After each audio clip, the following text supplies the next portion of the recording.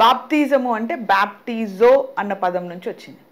Baptizo అంటే ఏంటంటే ఏదైనా ఒక వస్త్రాన్ని, అంటే ఇలాగా ఒక వైట్ క్లాత్ని తీసుకొని మనం ఫుల్గా దీన్ని కలర్లో ముంచేసి దాన్ని బయటికి తీసామనుకోండి, ఏ కలర్లో ముంచామో ఆ కలర్లోనికి అది మారుతుంది.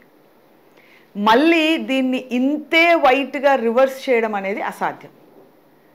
సో వాళ్ళు కలర్లు అంటే వస్త్రాలను రంగు వేయడానికి బ్యాప్టిజో అనే పదాన్ని వాడేవాళ్ళు గ్రీక్లో. అంటే తెల్ల వస్త్రాలకు నీలం రంగు వేయడాన్ని బ్యాప్టిజో అని వాడేవాళ్ళు. మళ్ళీ నీలం రంగు వస్త్రాన్ని తెలుపు రంగు మార్చడం అసాధ్యం. ఎంత రంగు తీసేసినా కూడా అదేదో లైట్ బ్లూ కలర్కి వస్తుంది తప్ప పర్ఫెక్ట్ ముందున్న వైట్ కలర్కి రావడం అసాధ్యం. అందుకే ఆ పదాన్ని తీసుకొచ్చి బాప్టిజం అని మన విశ్వాసంలో వాడడం జరిగింది. అంటే మునగడము ద్వారా మనిషి సంపూర్తిగా రూపాంతరం పొందుతాడు. ఆ రూపాంతరము ఎలాంటిది అంటే మరలా తిరిగి వెనక్కి మొదటి స్థితికి, మొదటి పాపపు స్థితికి తీసుకురావడం అసాధ్యము అన్న భావాన్ని ప్రకటించడానికి బాప్తిజము అన్న పదము మనము వాడడం జరుగుతుంది. అంటే ఎవరైనా యేసు క్రీస్తులో మునిగిపోయి, అవునండి, బయట ఉన్నప్పుడు వాడు మునిగాడు, బాగా ప్రేమలో మునిగాడు, బాగా మత్తులో మునిగాడు, బాగా డ్రగ్స్లో మునిగాడు అని మాట్లాడుతుంటారు. అంటే he lost from the connection from the world and he connected to some addiction, అందుకే మునిగాడు. He connected to some other thing, అందుకే మునిగాడు అలాగంటారు. అలాగే క్రీస్తులో మనము లోకముతో కనెక్షన్ వదులుకొని క్రీస్తుతో మనము కనెక్షన్ పెట్టుకుంటే వీఆర్ డ్రౌన్డ్. మనము క్రీస్తులో మనం మునిగాం, ఆయన ప్రేమలో మనం మునిగాం. ఎప్పుడైతే క్రీస్తులో మనము మునిగిపోయామో, ఆయన ప్రేమలో మనం మునిగిపోయామో, ఆయన సత్యములో మనం మునిగిపోయామో, ఆయన మన గురించి చేసిన త్యాగాన్ని తెలుసుకొని ఆయనలో మునిగిపోయామో, మన లోపల అంతరంగములో ఒక బాప్తిజం అనేది జరుగుతుంది. అంటే అంతరంగములో ఒక మార్పు జరుగుతుంది. ఇంతకు మునుపు లోకం అంటే ఇష్టం ఉన్న మనము, ఇంతకు ముందు లోకములో ఉన్న ప్రతి ఒక్కటి సాధించడమే విజయము అని అనుకునే మనము క్రీస్తులో మునిగిన తర్వాత, బాప్తిజము పొందిన తర్వాత, అంటే ఒక రూపాంతరము చెందిన తర్వాత మనము క్రీస్తును ప్రకటించాలి, క్రీస్తు ప్రేమను ప్రకటించాలి, అనేక మందికి ఆదరణగా ఉండాలి, అనేక మందికి ఆశీర్వాదకరంగా ఉండాలని నూతన ఆలోచనలు మొదలవుతాయి. అంటే బ్యాప్టిజం అంటే ఇది రూపాంతరాన్ని సూచిస్తుంది. It will show you the transformation, it indicates transformation. ఒక రూపము నుంచి ఇంకొక రూపము, తెల్ల రంగు వస్త్రము నుంచి బ్లూ రంగు రూపము. అదే క్రైస్తవ్యములో అయితే లోకములో ఉన్న మనస్తత్వము నుంచి దేవుని ప్రేమలోనికి, పరిశుద్ధతలోనికి, నీతిలోనికి వచ్చిన మనస్తత్వములోనికి రావడమే బాప్తిజం. That is called baptism. So ఈ బాప్తిజం అనేది మొట్టమొదట ఎక్కడ జరుగుతుంది? మన అంతరంగములో జరుగుతుంది బాప్టిజం అనేది. ఈ మారు మనస్సు అనేది, మార్పు అనేది అంతరంగములో జరిగిన తర్వాత ఈ అంతరంగములో జరిగిన బాప్తిజాన్ని మనము బహిరంగపరచాలి. ఎవరికి బహిరంగపరచాలా? మనకు పాత నిబంధనలో, నూతన నిబంధనలో చాలా వాక్యాలు ఉన్నాయి. ఆకాశము నుంచి దేవుడు తొంగి చూస్తున్నాడంట. సో నరులని దేవుడు తొంగి చూస్తున్నాడు. ఎవరి హృదయాలు దేవుని వెతుకుతున్నాయని తొంగి చూస్తున్నాడు. అంటే ఆకాశం నుంచి దేవుడు కూడా నరులను దృష్టిస్తున్నాడు. సో మనుషులందరూ కూడా మనల్ని చూస్తున్నారు, మనం ఏ రకంగా బ్రతుకుతున్నామని మనుషులు కూడా మనల్ని చూస్తున్నారు. సో దేవదూతలు కూడా మనల్ని చూస్తున్నారు, సాతాను దూతలు కూడా మనల్ని చూస్తున్నారు. సో ప్రతి ఒక్కరికి కూడా మనం కనబడతానే ఉన్నాం. అంటే ఆత్మలోకంలో అనేక మంది, అనేకమైన ఆత్మీయులు మనల్ని చూస్తూ ఉన్నారు. సో ఇప్పుడు మన అంతరంగంలో ఒక మార్పు జరిగింది. We have transformed. కానీ అది ఎవరికి తెలుసు? నీకు దేవుడికి తెలుసు, ఇంకెవరికి తెలియదు. దేవదూతలకి మన అంతరంగంలో చూసే సంగతి దేవదూతలకి లేదు. సో దేవునికి తప్ప ఇంకెవరికి తెలియదు. కానీ మనం లోకానికి ప్రకటించుకోవాలి. నేను క్రీస్తును అంగీకరించానని ప్రకటించుకోవాలి. ప్రకటించుకోకపోతే ఏమవుతుంది? రహస్య బిలీవర్స్ అయిపోతాం. అంటే మనము రహస్యంగా బిలీవర్స్ ఉంటే ఏమైంది? యేసే అంటాడు, అందరి ముందు యేసుక్రీస్తు నా ప్రభు అని ఒప్పుకోకపోతే నేను కూడా తండ్రి ఎదుట మిమ్మల్ని ఒప్పుకోను అంటాడు. మళ్ళీ ఆ డేంజర్ ఒకటి ఉంది. అంటే మనం బహిరంగంగా ఒప్పుకోవాలా. అతిక్రమంలో ఒప్పుకొని వాడు ధన్యుడు. అంటే ఒప్పుకోవడంలో ధన్యత ఉంది. ఒప్పుకుంటే యేసయ్య నేను కూడా తండ్రి ఎదుట మిమ్మల్ని ఒప్పుకొని నా రాజ్యంలో స్థానం ఇస్తాను అని వాక్యంలో చాలా క్లియర్గా ఉంది. అంటే విశ్వసించిన తర్వాత ఒప్పుకోవడం అనేది must. We have to do it. So అందుకే మన రోమీలకు రాసిన పత్రికలో కూడా హృదయములో నమ్మి నోటితో ఒప్పుకుంటే ఆ మనిషి రక్షింపబడతాడు. అంటే ఒప్పుకోవడం అనేది, బహిరంగంగా ఒప్పుకోవడం అనేది రక్షణలో ఒక భాగం. సో యేసుక్రీస్తు యొక్క ప్రేమలో మునిగి, ఆయన మహత్యములో మునిగి, ఆయన యొక్క రక్షణ సువార్తలో మనము సంపూర్తిగా శరీర ప్రాణ ఆత్మలు సంపూర్తిగా సత్యాన్ని గ్రహించి ఆయనలో మునిగినట్టుగా మనం ఆయనను అంగీకరించిన తర్వాత, అంతరంగములో నిజమైన బాప్తీసం మొదలైన తర్వాత, ఆ బాప్తీజాన్ని సూచించడానికి మనము నీళ్ళల్లో మునిగి తేలతాం.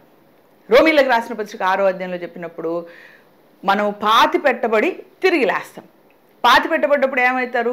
గోతిలోకి వెళ్తారు. యేసుక్రీస్తు కూడా సమాధిలోనికి వెళ్ళి సజీవుడిగా తిరిగి లేచాడు.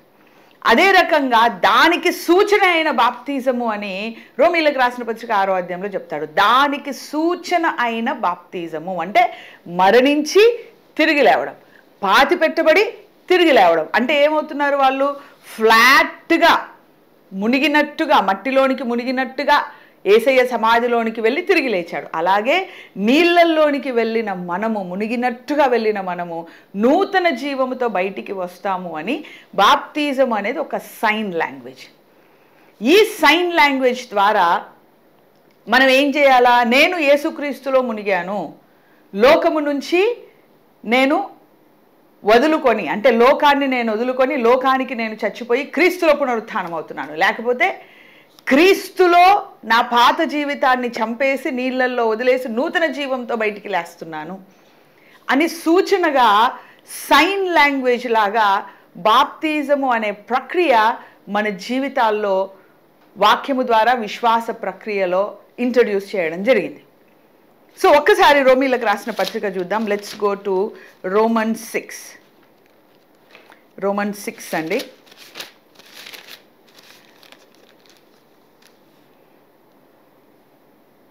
చూడండి, అలాగైతే ఏమందుము? కృప విస్తరింపవల్లని పాపమందు నిల్చుందుము అట్లా అనరాదు. పాపం విషయమై చనిపోయిన మనము ఇక మీదట ఎలాగూ జీవింతుము? పాపం విషయమై చనిపోయిన మనము ఎలాగూ దాంట్లో జీవింతుము? క్రీస్తు యేసులోనికి బాప్తిజం పొందిన మనందరము ఆయన మరణములోనికి బాప్తిజము పొందితమని మీరు ఎరుగరా? కాబట్టి తండ్రి మహిమను క్రీస్తు మృతులలో నుండి ఎలాగూ లేపబడను అలాగే మనమును నూతన జీవమును పొందిన వారమై నడుచుకున్నట్లు మనము బాప్తిజము వలన మరణములో పాలు పొందుటకై ఆయనతో కూడా పాతి పెట్టబడితిమి. బాప్తిజము వలన ఆయనలో పాతి పెట్టబడితివి అంటే ఇప్పుడు సమాధిలోకి పోవాలి అందరం, అలాగే కాదు. సో దానికి సూచనగా ఒక సైన్ లాంగ్వేజ్ లాగా, ఒక సూచనగా ఆయన పాతి పెట్టబడ్డాడు కాబట్టి నేను కూడా పాతి పెట్టబడతాను, ఆయన తిరిగి లేచాడు కాబట్టి నేను కూడా తిరిగి లేస్తాను, ఆయన పాతి పెట్టబడి మానవ శరీరము అందులో వదిలేసి మహిమ శరీరంతో ఆయన తిరిగి లేచాడు కాబట్టి నేను కూడా పాప శరీరములో ఉన్న ఆశలను, కోరికలన్నిటినీ కూడా నేను పాతిపెట్టి క్రీస్తు మీద ఉన్న నూతన ఆశతో మహిమలోనికి వెళ్ళడానికి నేను తిరిగి లేస్తాను అనడానికి ఒక సైన్ లాంగ్వేజ్ లాగా బాప్తిజం అనేది ఏర్పాటు చేయబడింది. చూడండి, ఎవరికైనా నమస్తే చెప్పాలంటే నమస్తే అంటామా? ఇలాగ పెట్టేస్తాం, అంటే that is a sign language. ఎవరికైనా హాయ్ చెప్పాలంటే హాయ్ అంటాం, హాయ్ అని అంటామా? లేకపోతే ఇలాగనేస్తాం, దట్ ఇండికేట్స్ హాయ్ అన్నట్టు, అవునా కదా? సో ఏదైనా నచ్చింది అంటే బాగుంది అని చెప్పడానికంటే will just say like that. So these all are sign languages. మన జీవితంలో సైన్ లాంగ్వేజెస్ అనేవి ఉన్నాయి. బాప్తిజము కూడా ఆత్మీయ జీవితంలో ఒక సైన్ లాంగ్వేజ్. మునిగి తేలాల, వదిలేసి పైకి లేవాల, మరణించి తిరిగి లేవాల, ఇవన్నీ కూడా ఒక సైన్ లాంగ్వేజ్ ద్వారా నీళ్ళల్లో మునిగి తిరిగి లేవడము అనే సూచనని మన క్రైస్తవ జీవితంలో ఇంట్రడ్యూస్ చేయడానికి, దానికి పర్ఫెక్ట్ వర్డ్ బాప్టిజో కాబట్టి ఆ బాప్టిజో అన్న వర్డ్ని మాడిఫై చేసి బాప్తిజము అనే పదము ద్వారా మనకి ఇంట్రడ్యూస్ చేయడం జరిగింది. అంటే ఈ ఓవరాల్ ఈ వర్డ్ని స్టడీ చేయడం ద్వారా మనకు అర్థమైంది ఏంటి? బాప్టిజం అంటేనే మునగడం. బాప్టిజం అంటేనే మునగడం అన్నప్పుడు మరి చిలకరింపు కుదురుద్దా, లేకపోతే గ్లాసులో నీళ్లు పోస్తే కుదురుద్దా, ఒక ట్యాప్ కింద కూర్చుంటే కుదురుద్దా అంటే ఎలా కుదురుద్ది? అన్నం తిన్నావా అంటే నేను తాగాను అంటారు ఎవరైనా? నీళ్లు తాగావా అంటే నేను తిన్నాను అంటారు ఎవరైనా? తాగావా అంటేనే అర్థం తాగమని అర్థం, తిన్నావా అంటేనే అర్థం తినమని అర్థం, బాప్టిజోనే అంటే అర్థం మునగమని అర్థం. సో దాని అర్థమే మునగడం అయినప్పుడు నేను వేరేది తీసుకుంటా చెల్లుద్దా అన్నప్పుడు దట్ ఈస్ ఇంకో క్వశ్చనే లేదు. ఇంకా ఇట్ ఈస్ డన్. మునిగి తేలడమే ఆ పదము యొక్క అర్థము, ఆ పదము యొక్క మీనింగ్ కూడా, ఆ మీనింగ్ ఇంప్రెషన్ కూడా మనకు అదే ఇస్తుంది. కాబట్టి బ్యాప్టిజం అంటే నీళ్ళల్లో మునిగి తేలడం. సో కాబట్టి మరి కొందరు అంటారు నేను చిలకరింపు బాప్తిజం తీసుకున్నానండి, అది చెల్లుద్దా అంటే మీరే లాజికల్గా ఆలోచించండి. సో బాప్తిజానికి కావలసినది మొట్టమొదట అర్హత ఏంటంటే అంతరంగములో నువ్వు క్రీస్తులో మునగాలి. నీ అంతరంగ పురుషుడు అంటాడు కదా, అంతరంగ పురుషుడు క్రీస్తులో మునిగి పాపక్షమాపణ పొంది నేను క్రీస్తు కొరకు బ్రతుకుతాను అని అంతరంగంలో నిశ్చయత వచ్చిన తర్వాత ఆ నిశ్చయతని లోకానికి బయలుపరచడానికే చేసేది బ్యాప్టిజం. ఇప్పుడు అంతరంగంలో నిశ్చయత ఎవరికి వస్తుంది? కొంచెం మైండ్ మెచ్యూరిటీ వచ్చిన వాళ్ళకి, క్రీస్తు గురించి సువార్త విన్న వాళ్ళకి ఆ మెచ్యూరిటీ వస్తుంది. ఆ మెచ్యూరిటీ వచ్చిన వాళ్ళు యేసుక్రీస్తుని అంగీకరించి పశ్చాత్తాపడి మారు మనస్సు పొంది నేను మారు మనస్సు పొందాను అని బయటికి చెప్పడానికి ఒక సైన్ లాంగ్వేజ్ లాగా బ్యాప్టిజాన్ని లోకానికి బయలుపరుస్తున్నారు. కానీ చిన్నపిల్లల మీద నీళ్లు చిలకరించామనుకోండి, వాళ్ళకి క్రీస్తు తెలీదు, క్రీస్తు పేరు తెలీదు, పశ్చాత్తాపం తెలీదు, మారు మనస్సు తెలీదు, మరి అది ఎలాగ చెల్లుద్ది? సో బాప్తిజం అంటే అంతరంగములో మారు మనస్సు వచ్చి దానిని బయటికి చూపించే సూచననే బాప్తిజం. కాబట్టి మారు మనస్సు రాని వాళ్ళను కూడా నీళ్ళల్లో ముంచినా అది చెల్లదు. మారు మనస్సు లేని వాళ్ళని నీళ్ళల్లో ముంచితే చెల్లుద్దా? చూడండి, ఇప్పుడు చాలామంది పుష్కరాల్లో కూడా నీళ్ళల్లో మునుగుతారు. అది బాప్తిజమా? ఏంటది కుంభమేళా కూడా అవుతుంది కదా, అందులో కూడా చాలామంది మునుగుతున్నారు. అది బాప్తిజమా? వాళ్ళు కూడా మునిగే తేలుతున్నారు కదా, మరి అది బాప్తిజమా? ప్రతిరోజు కొందరు నిష్టగల దైవభక్తులు వేరే మతాల్లో వాళ్ళు ఉదయాన్నే లేచి సూర్య నమస్కారం నీళ్ళల్లో మునిగి చేస్తారు. అది బాప్తిజమా? మునిగినంత మాత్రాన బాప్తిజం అవ్వదు. చాలామంది మునుగుతున్నారు నీళ్ళల్లో. మునిగిన ప్రతి ఒక్కటి బాప్తిజం అనుకుంటే మనం పప్పులో కాలేసినట్టే. ఏది బాప్తిజం అవుతుందంటే అంతరంగములో క్రీస్తును అంగీకరించి ఆయన నిమిత్తమై మారు మనస్సు పొంది ఆయన కొరకు బ్రతుకుతాను అన్న ఒక నిశ్చయత కలిగిన తర్వాత, అయ్యా నా పాత జీవితాన్ని నీళ్ళల్లో వదిలేస్తున్నాను, నీ కొరకు తిరిగి లేస్తున్నాను అన్న భావనతో నీళ్ళల్లో మునిగి తేలితేనే అది బాప్తిజం అవుతుంది తప్ప మిగతా పోయి ఏ ఉద్దేశముతో నీళ్ళల్లో మునిగినా కూడా చాలామంది ఎలాగైతే వాగుల్లో, వరదల్లో, నదుల్లో, ఏదో పుష్కరాల్లో ఎలాగో మునిగి తేలుతున్నారో అది మత సంబంధమైన ఒక ఏదో ఆచారం, ఓ పద్ధతి, మునిగి తేలవన్నట్టే అవుతుంది. కానీ పరలోక సంబంధమైన బాప్తిజం అవ్వదు, పరలోకం అంగీకరించే బాప్తిజం అవ్వదు. కాబట్టి బాప్తిజం అంటే అంతరంగంలో మారు మనస్సు వచ్చిన తర్వాత నీళ్ళల్లో మునిగితే అది బాప్తిజం అవుతుంది. దానికంటే ముందు మునిగినా ఏమీ కాదు, నీళ్ళల్లో చిలకరించినా ఏం కాదు, రంగు నీళ్ళు పోసినా ఏం కాదు, ఏది పోసినా ఏం కాదు. అది అసలు ఏది ఫరకే పడదు. It will not give any value to it. So కాబట్టి మరి చిలకరింపు బాప్తిజం తప్ప అండి, పాపమా అండి అంటే చిలకరించడం వల్ల వచ్చే పాపం ఏంది, వచ్చే పరిశుద్ధత ఏంటి చెప్పండి? ఏమీ లేదు కదా. చూడండి, కొన్ని ప్రాంతాల్లో కొన్ని ఆచారాలు ఉంటాయి. ఆచారాలు ఏంటంటే చూడండి, పిల్లలు పెద్దగా అవ్వగానే, పోనీ చిన్నపిల్లలు ఉన్నప్పుడు వాళ్ళకి భోజనం పెట్టేటప్పుడు ఒక ఆచారం, ఫస్ట్ టైం అన్నం పెట్టేటప్పుడు అన్నప్రాస చేస్తున్నాం వచ్చేసేయండి అని అందరూ పండుగ చేసుకుంటారు.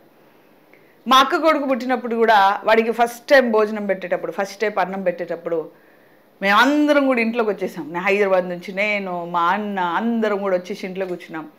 మాకు చుట్టుపక్కల వాళ్ళు ఉన్న వాళ్ళందరినీ కూడా పిలిచాం. వాడికి ఏదో వెండి గిన్నెలు అట్లాంటివి ఏమో తీసుకొచ్చి వాడికి భోజనం పెట్టి అందరం సంబరం చేసుకున్నాం. ఏందది అంటే అన్నప్రాస. మరి అన్నప్రాస క్రైస్తవులకి ఏంటంటే అన్నప్రాస అంటే అదో సంబరం. వాడు ఫస్ట్ ఇంట్లో పుట్టిన ఫస్ట్ పిల్లోడు, వాడు భోజనం తింటుంటే ఎలాగుంటుందో చూడాలని వాడు తింటుంటే వాడిని చూసి చూసి నవ్వడం, వాడిని చూసి చూసి ఆనందించడం, వాడి సంబరంలో మేమందరం కూడా తినడం, ఏదో స్పెషల్ చేసుకొని స్వీట్స్ ఏదో చేసుకొని తినడం. అంటే ఏంటి? This is called annaprasana. మరి అది పాపమా? అది క్రైస్తవులు చేస్తారు, క్రైస్తవులు కాని వాళ్ళు చేస్తారు. పుట్టిన పిల్లోడికి అన్నం పెట్టడం జరగాల్సిందే కదా. తల్లిపాలు వదిలేసి ఫుడ్ పెట్టాల్సింది జరగాల్సిందే కదా. ఆ ఫుడ్ పెట్టినప్పుడు అందరికీ కూడా సంబరం ఉంటుంది కదా. ఆ సంబరానికి ఓ పేరు పెట్టారు, దాన్ని మనం పాపం అంటామా? అంటే నేను అనేది ఏంటంటే కొన్ని కల్చరల్ ఇష్యూస్ అనేవి మన జీవితాల్లో ఉంటాయి.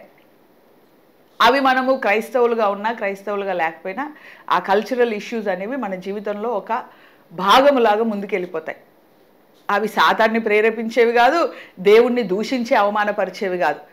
సో పిల్ల పెద్దగా అవగానే చీర కట్టి ఫంక్షన్ చేస్తారు. క్రైస్తవులు కట్టొచ్చా అంటే మరి పిల్ల పెద్దగా అయిన తర్వాత ఎట్టాకు చీర కట్టాల్సిందే కదా. ఫస్ట్ స్టార్ కట్టింది కాబట్టి ఓ సంబరం.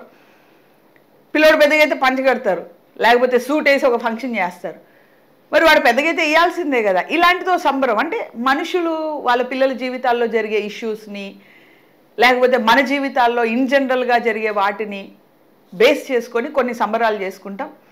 అది ఒక్కొక్క రీజన్కి, అంటే ఒక్కొక్క ప్రాంతానికి ఒక్కొక్క సంబరం ఉంటుంది. అది క్రైస్తవులైనా క్రైస్తవులు కాకపోయినా దాన్ని చేసుకుంటానే పోతారు. దాన్ని చేసుకోవడం వల్ల మన విశ్వాసము తగ్గదు, సాతాను దూరడు, అదో సంబరం అంతే. అది జస్ట్ హ్యూమనిస్టిక్. సో నేను చాలాసార్లు చెప్తాను కదా, there is a divine, demonic and humanistic. So it is not divine, it is not demonic, it is just humanistic. అంటే దైవత్వానికి సంబంధించింది కాదు, సాతానికి సంబంధించి కాదు, జస్ట్ మనిషి సంబరానికి సంబంధించింది. అలాగే కొన్ని కల్చర్స్ ఉంటాయి, వాటి వల్ల పెద్దగా వచ్చే నష్టమేం లేదు. ఇప్పుడు చిలకరింపు బాప్టిజం వల్ల నువ్వు చిలకరించుకున్నావా, నేను తీసుకుపోయి నరకంలో ఎత్తానని మనకి ఏమైనా ఉందా?